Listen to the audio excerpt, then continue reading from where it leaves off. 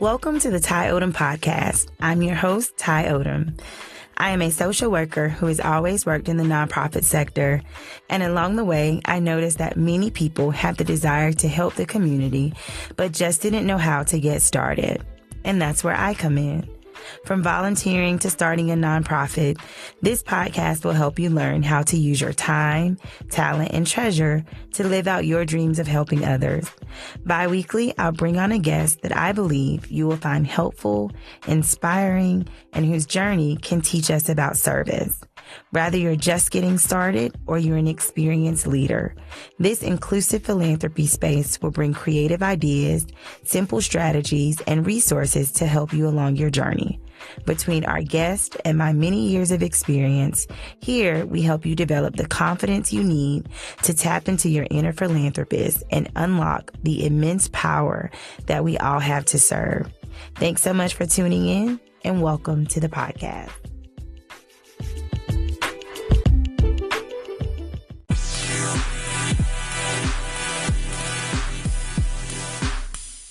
Hello, everybody. My name is Ty Odom, and I am the host of the United Philanthropy Podcast.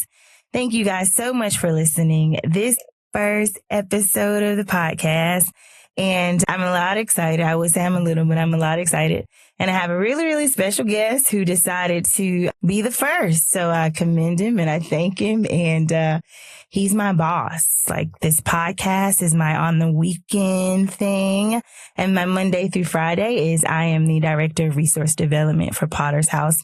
And Shawn Schwartzman is the co-founder.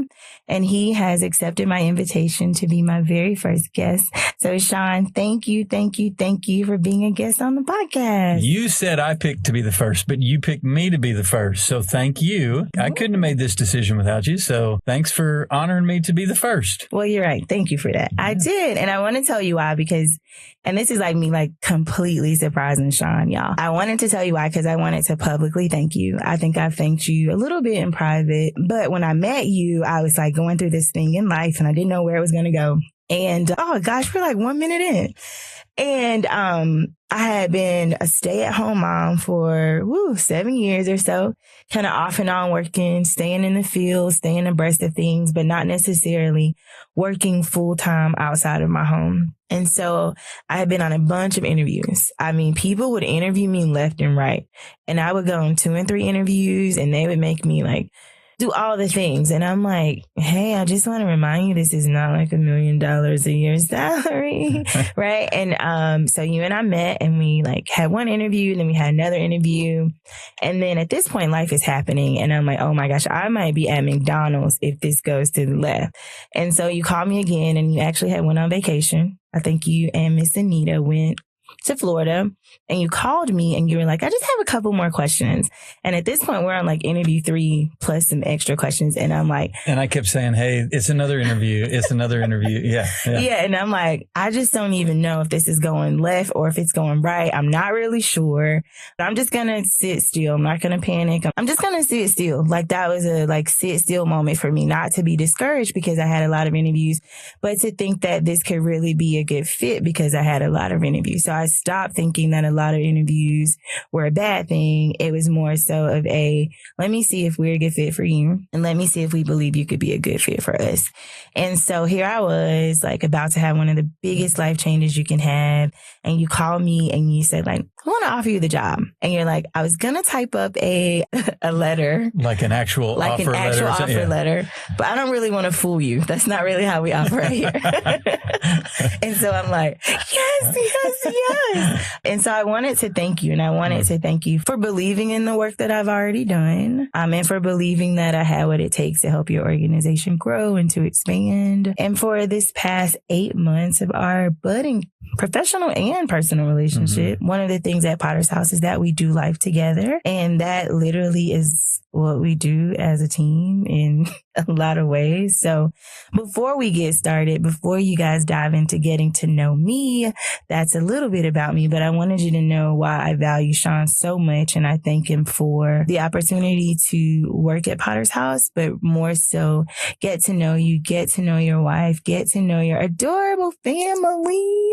Miss Mia Grace. Oh, I don't know if I should have said her name, but say her name. Miss Mia Grace. Yep. So thank you. So I wanted to do that and to actually thank you for that. Well, thanks for saying it, but it was nothing more than us being blessed to find the perfect person for the job. I mean, that's all the interview. That it was not feel sorry for any, you know that. I know, you in didn't all of our even interviews, know, right? didn't know. And in all of our interviews, it was, hey, this is a fit. We want to make sure for you and for us. And the 8 month, we're going to sit in my living room and cry to This Is Us season finale and have fun in the office. So it's been a blessing on our side too. So thanks. Yes. Okay. So that's all the emotional stuff. Okay. We're going to tell you why Shawn is actually here. So you've heard us say Potter's No more House. emotions. Now it's just all facts and figures from here on figures, out. All the stuff you guys have been waiting for. So you've heard us say Potter's House. If you are in, not Nashville, Fayetteville, Arkansas, you probably think Potter's House and you think thrift store initially. So we do have thrift stores. That's a part of our business model. It's a part of our job training. But we do a couple other things. So I would love for Shawn to share with us a little bit about the history of Potter's House, because we did not start as a thrift store. So if you'll just let our guests know a little bit about how you got started, how Miss Anita, who is your wife, helped you co-found this organization. Absolutely. I'll go back a little bit before just to give a little history. I grew up here in Northwest Arkansas. I was born and raised here. And my wife, Anita, moved here in kindergarten. So she pretty much was born and raised here as well. And growing up here, we got to see the community, got to obviously love our community here. And then fast forward to when I was about 21, Anita, 21, 22, something like that, maybe even a little bit younger. No, actually probably 19, 20, somewhere in there. And she was doing her master's degree in South Fayetteville, and where it was at the school that had the highest percentage of free and reduced lunch. And I was in between college time. I had stopped going to school. I had just started following Jesus and his teachings and understanding who he is. And we met a family we met a 12-year-old girl, and then we met her family, and then we met other people in the community that absolutely changed our life. And what happened, in short, is we got to know more of our full community. Mm-hmm. And I think when you get to know, and in that, we also think, a lot of people would say in Potter's House, and I'm fast forward and I'm kind of bouncing around, but a lot of people would say Potter's House is bringing Jesus to the community or helping, that kind of stuff. And in a lot of ways, I think the community is helping us know Jesus, and it's been really, really neat. And so we got to know this family, we got to know the community around them, and we realized, man, there's some things here that we need to be involved in. And I think if you get to know the full community around us, you're better off for it. So that's what started Potter's House. So Potter's House, the start of it was relationships, and it has continued to be relationships to this point at the center of everything that we do. And so, that was the beginning of Potter's House. So one thing that I've experienced is people have this idea because they want to do something. They're like, I want to start a nonprofit. I just want to. I know that I can do good work. I know that I have a mission. I know that I'm supposed to do this. And so previously I would tell people, find another way to get connected, find a way to do the work without necessarily starting an organization. So the history of Potter's House, where you guys just started building this relationship with this family. And for, was it 7 years that you guys kind of did the work before you became an actual entity? You even went through a stage of fiscal sponsorship. So fiscal sponsorship is where someone or a group of people take a charitable idea and they work under someone else's tax exemption status. So for those of you who are listening, you will hear that word a lot throughout the podcast. It is simply saying, I have an idea, but I'm not quite ready to start an organization. And then you partner with someone that allows you to use their 501c3 tax exempt status. So you guys did that for a while. And then you decided, hey, I think we are ready to full blown launch an organization. So even at that point, you guys, was thrift store where you thought you were going, or was thrift store something that evolved out of a couple different things? Yeah, kind of all along the way, it has evolved in a way that we really didn't know what we were doing or where we were going. And that's not false humility. We didn't know. And so, we spent 7 years with really no real organization, and then about 7 years underneath another organization. And so then for the last, that's 14, so the last 10, 11 years as our own organization, tax exempt, nonprofit, 501c3. And so it wasn't till about that point that the idea of the thrift store came along. It was probably 11 or 12 years ago. And it was, it was kind of how everything in Potter's House has come. It's been an individual who has a dream or sees a little bit of Potter's House and wants to expound on it. It hasn't all come from my wife and I. Really, very little of the ideas have come from us. We've just been able to fuel and help empower and encourage people. And so the thrift store was one of those. And somebody came and said, "And I love what's going on at Potter's House. I think Northwest Arkansas is ripe for a thrift store. Can these be a blessing to one another?" And that's what started the stores 12 years ago, 11, 12 years ago. All right. So we're 12 years in, 3 stores in, and you said something really important was that a lot of the ideas came from people who started like volunteering and working with you, and they saw the work and they had an idea and then you empowered them. And so one of those I immediately thought about was Wet Cement, and that is a preschool, and that is a free preschool that you guys offer. And so for me, those types of things are like filling in a gap when you realize that there is a gap. So as you're filling in these gaps and you guys are growing and you're growing your staff, what was the moment where you were like, I cannot believe that me and my wife are like the founders of an organization that now has a preschool, that now has a thrift store, that now has small groups, leadership, a processing center with probably 80, 90 employees. Like as a founder, and a founder that didn't necessarily take the traditional route of knowing what you wanted when you started, what has been the aha moment for you to say, like, God, thank you for using me in that way. I can't believe that this is actually what we've been able to manifest and unfold? Oh, that's a great question. When have been those moments? And I think there's distinct, beautiful moments of realizing, hey, Lord, thanks that we get to be involved in this. And I would say some of those are some weddings, some graduations, maybe some baptisms, some sweet text messages from people. And again, all of those have been small markers in individuals' lives as opposed to, man, look at the vastness of what we've been able to. Now, those things have hit me a couple of times. We said 12 years. We're 11, 12 into the thrift store. We're really about 25 into the whole organization, which is crazy. But at year 25, we do this. At year 20, we do this thing called Potter's House Christmas every year. And we were surprised and honored with some pictures and things like that. And it was just a time that, man, some of the people from the very beginning honored my wife and I, and it was really humbling and really sweet. And so that was one of those. And then there's, Potter's House Christmas is one of the events that we gather the majority of our people. And there's 750 people, there's 1,000 people, something like that. And pretty much every year after that, there'll be a couple people that just come up and say, man, do you realize what's going on? And I think outside of that, it's all little pockets. You go to Fayetteville Thrift, it's a little pocket of Potter's House, or you go to here or there. And that once a year Potter's House Christmas is a big kind of reality of, man, look at what's happening.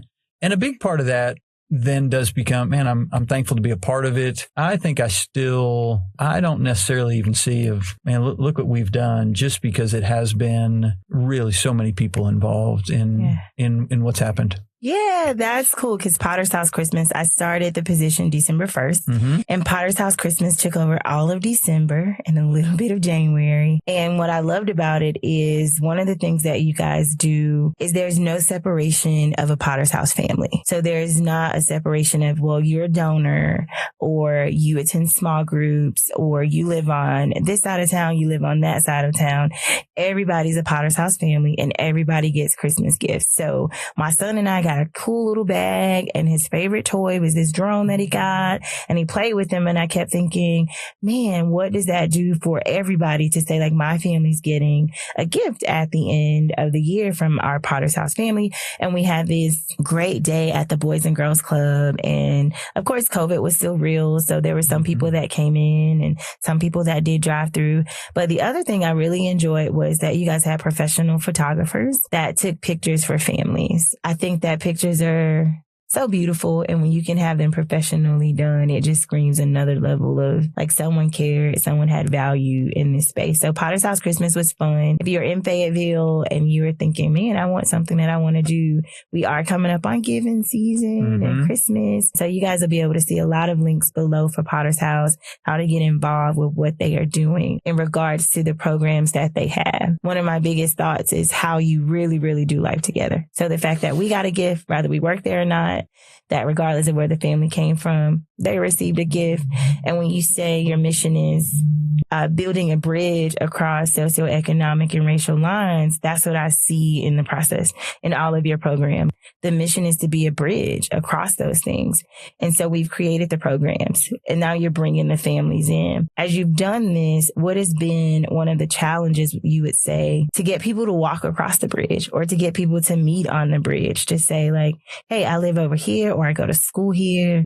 How do we get to that bridge part of what we do? Because you've done a really, really great job of being a leader in a space where we're just wanting to be together, but we're wanting to be together and to be educated in the differences, where we respect the differences and where people feel comfortable basically saying like, hey, I have some questions or I have some personal biases that I want to address. Like, what has been one of your challenges and how did you like overcome that to get people to meet on the bridge? Well, I think a huge challenge, and part of the reason it's a challenge is it's not happening. And part of the reason that's our mission is because we've seen something in the community that's not happening that we have found and we see is really, really important. So if you see something that's really important in the community and it's missing, then that leaves a space for probably you to say, hey, something needs to be done here. And so the challenge is people don't really want to be uncomfortable. They don't really want to engage with people that are different than them. They want to stay around people who have similar cultures and values. And so when you're asking people to go against that, it's a huge challenge. Or the other challenge, and I think one of the biggest things for Potter's House that we will always be screaming, and you've already addressed it, it comes out for those that are core and central to who we are.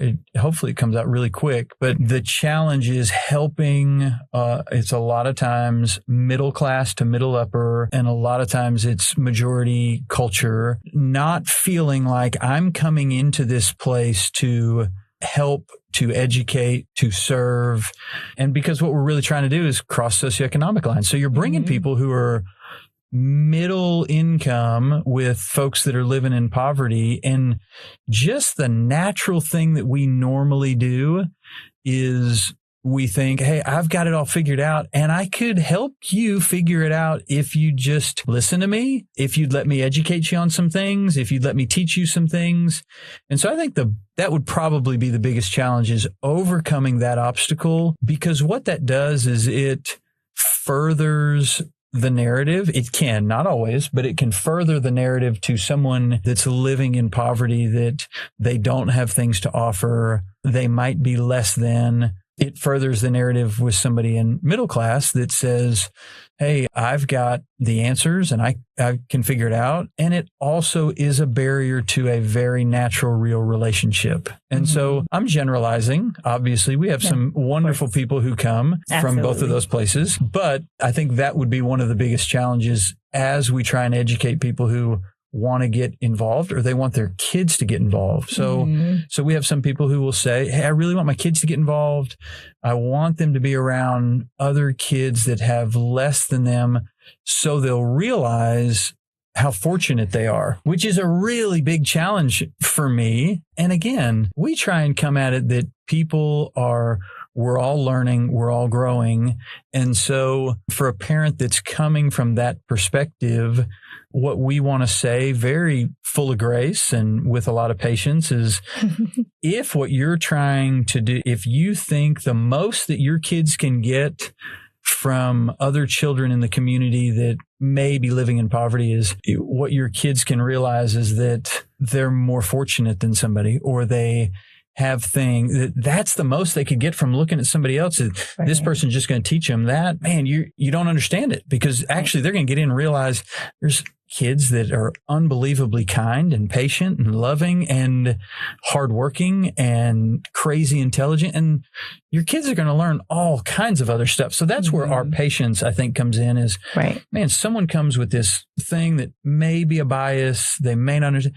And then they get in there like, oh, I totally blew that. I had no idea what was going on because I didn't know people that were different than me. And I believed a bunch of stereotypes. I think that would that would tell you kind of what one of the big challenges has been. Yeah, I don't think it's unique to where we are, unique to what we're doing. I think there's been a lot of books that have been written in terms of what does it look like when the majority comes into a minority neighborhood and decide this is what you need for it to be correct or to be right. And we have the answers.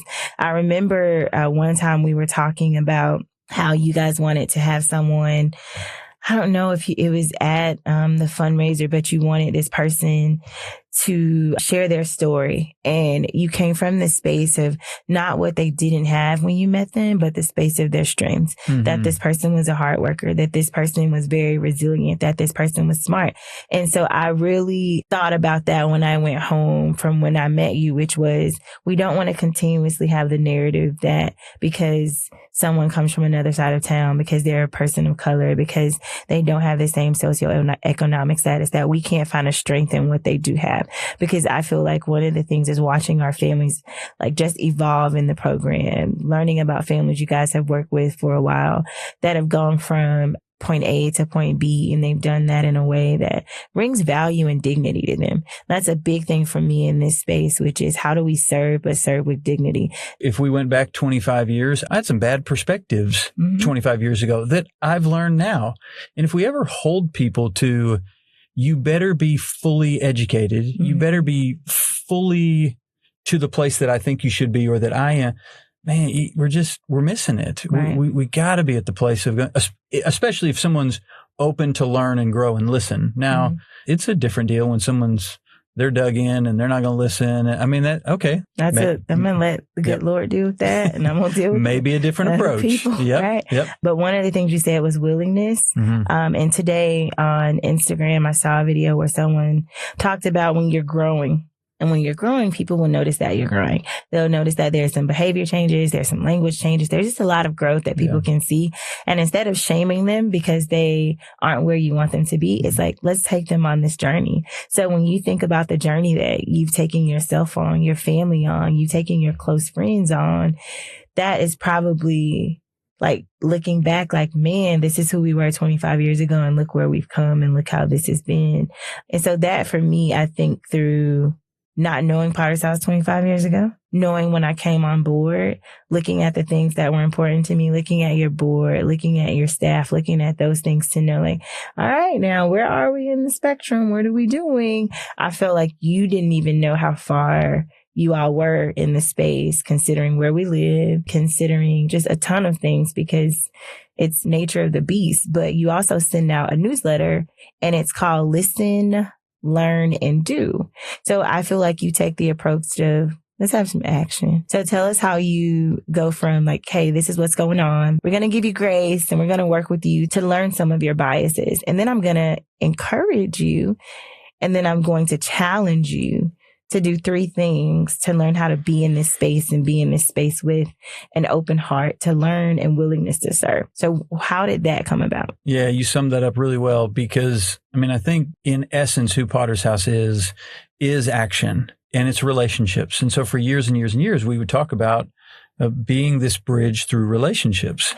And this would be one of the learnings over time, realizing maybe there is something else that's needed within relationships at times, maybe not always, but there's some education, there's some background, there's some, we talk about cultural competency type of stuff that could help you because maybe without some of that, you could impact the relationship negatively. And it goes both ways. I mean, when you're coming into a room, I remember I took a trip to India years ago. And before we went, there were some basic things that we had to learn going into another culture in order to build relationships. And so similarly, I think there's some things we have to learn. So the listen, learn, do it's that. I mean, when a lot of the when George Floyd was killed, when there was a lot of just talk and understanding about what's going on or lack of understanding. One of the things we committed to do is, hey, it's not just going to be a flash in the pan. And we think this is work we've been doing even before that, but the Listen, Learn, Do was a way that we could stay in front of our audience and not only invite them to participate in our programs, but also, hey, here's a book that we think would be important. Here's a podcast to listen to. Here's a movie that we think has come out. Here's something that's going on in the school board. Here's something that's going on in our city. Here's a monument that's going up. And this is the weekend that you could go down and learn about lynchings that happened here in Fayetteville. Wow. Hey, we think this is important. And we've heard from so many people just from that Listen, Learn, Do that have said, I love that you keep that in front of us. Another email that we send out is, we want to introduce you to. And we just interview one of the people that's within the Potter's House family, and they just answer like 15 or 20 questions. And we've had people that have said, it's so good because I wouldn't have gotten to know somebody. I wouldn't have gotten to know this person or somebody like that. And it causes me to want to get to know people. And so I think those two things marry really well.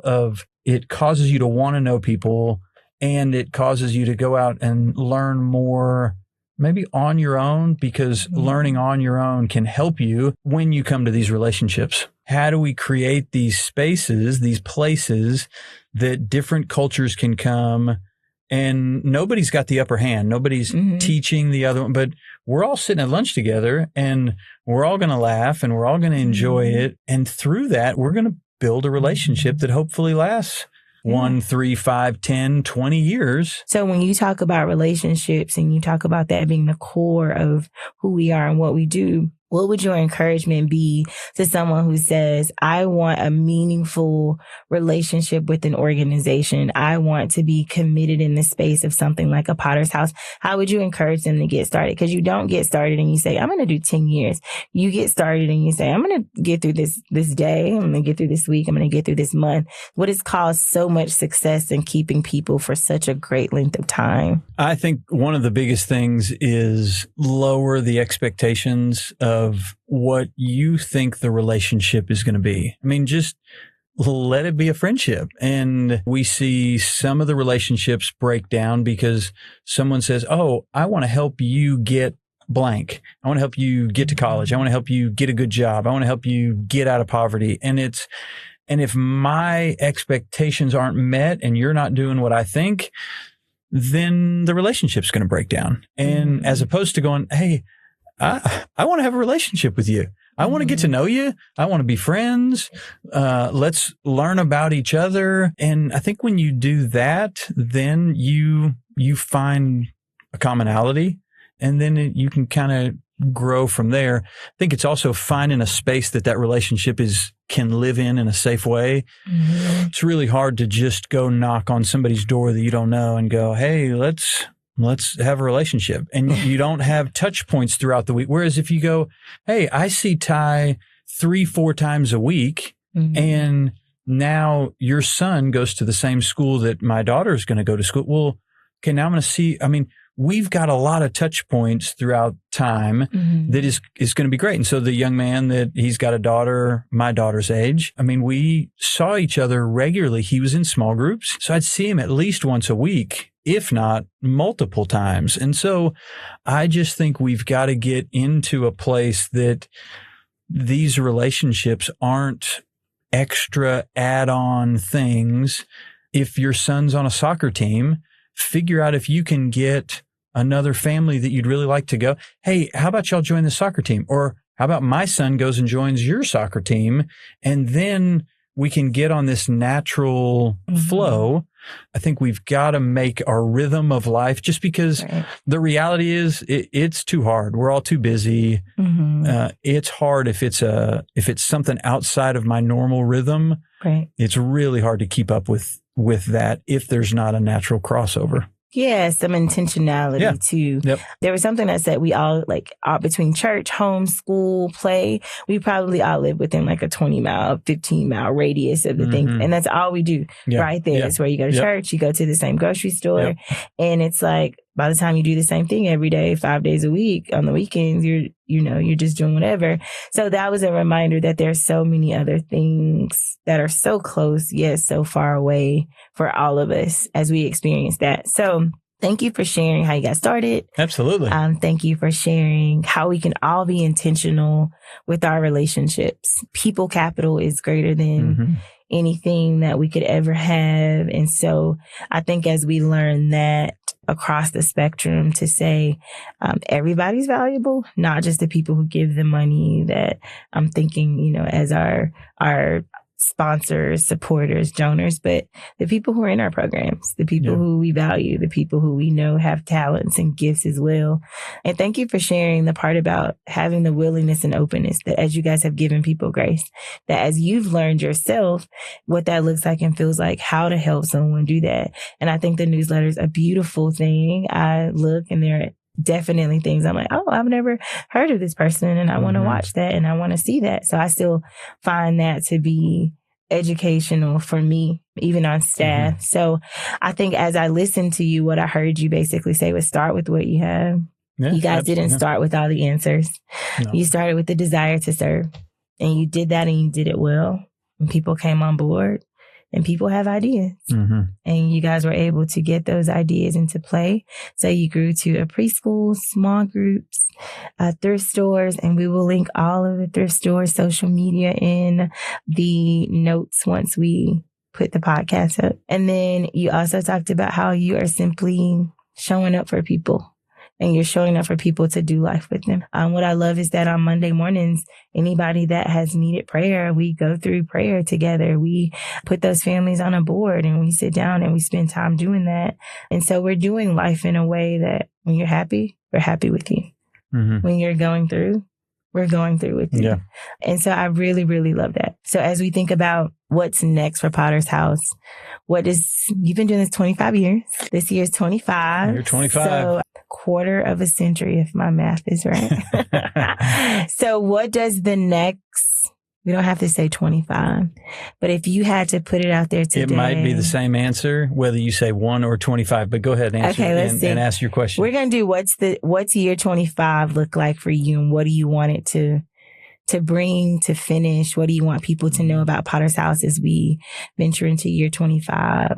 Well, I think the main thing for me is, and that's why I said it's the same answer, whether it be 1 year or 25 years is, and I don't want to over spiritualize it, but I want to make it really what it is. Okay. And that's, we've always wanted Potter's House to be squarely where Jesus wants it to be. And we had no idea that it was going to be a preschool. We had no idea it was going to be thrift stores. We had no idea that it was going to be a leadership program or small group.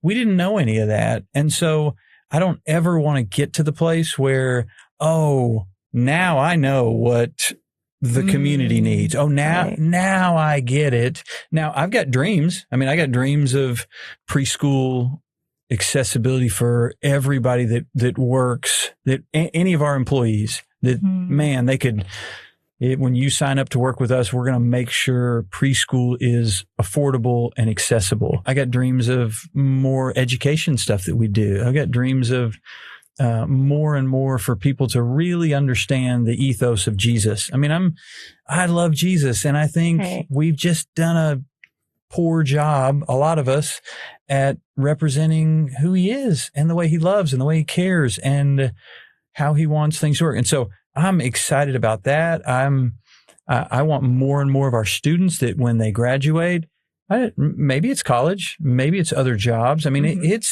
that's fun. I can't wait to see more and more of our people and these relationships continue to form. I'd love to see a fourth store. You know, we have 3 thrift stores now. I'd love to see more programs that are squarely where our people need. So there's lots of things that I dream of. What does this next year look like? And we've got a strategic plan and all that kind of stuff. We've got all the real stuff. We got all this stuff. But like, it's on the path. It's what the Lord has said.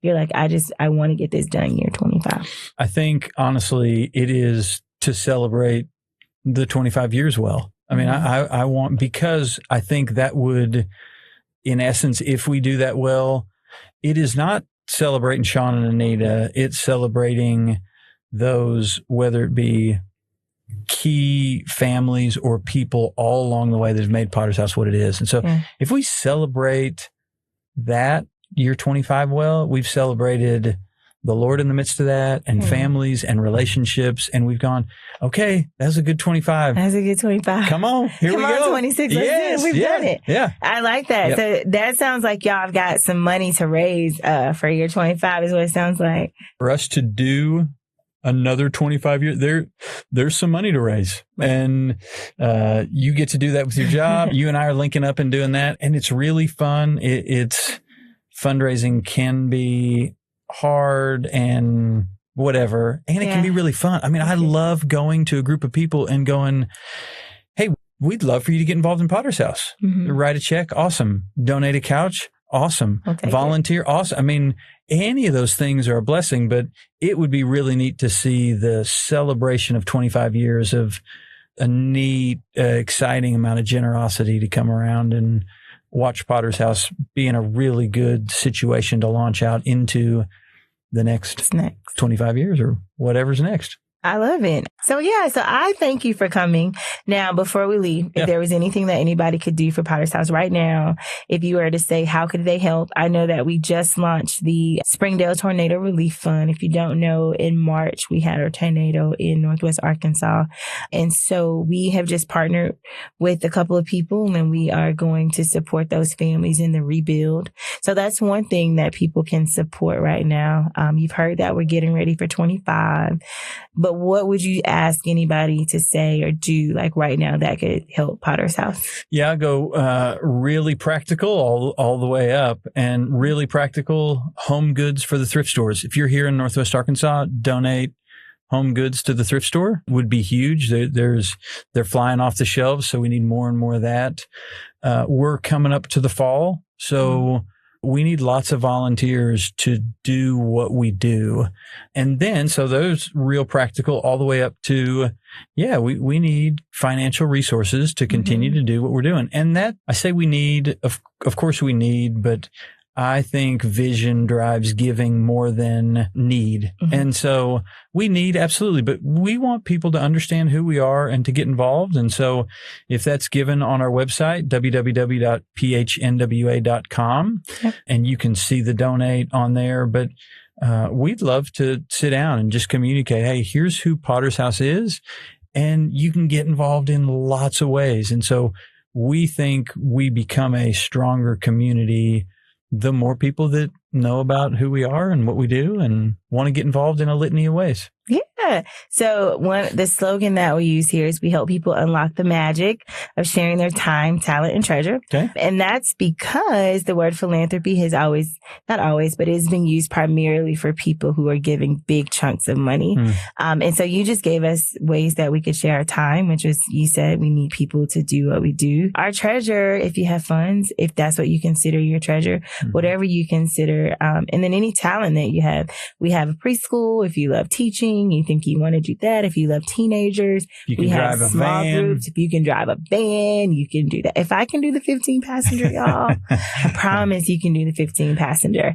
So we have tons of opportunities, and we'll put links in the show notes so that you guys can visit the website, learn about Shawn, and learn about Potter's House and the work that we're doing. So Shawn, I think that does it. We told them all about us, what we're doing, how they can help. Number 1 is down. You did it. Number 1 is done. I mean, I'm kind of biased because, I'm in here for the first, but I'm going to listen to this podcast.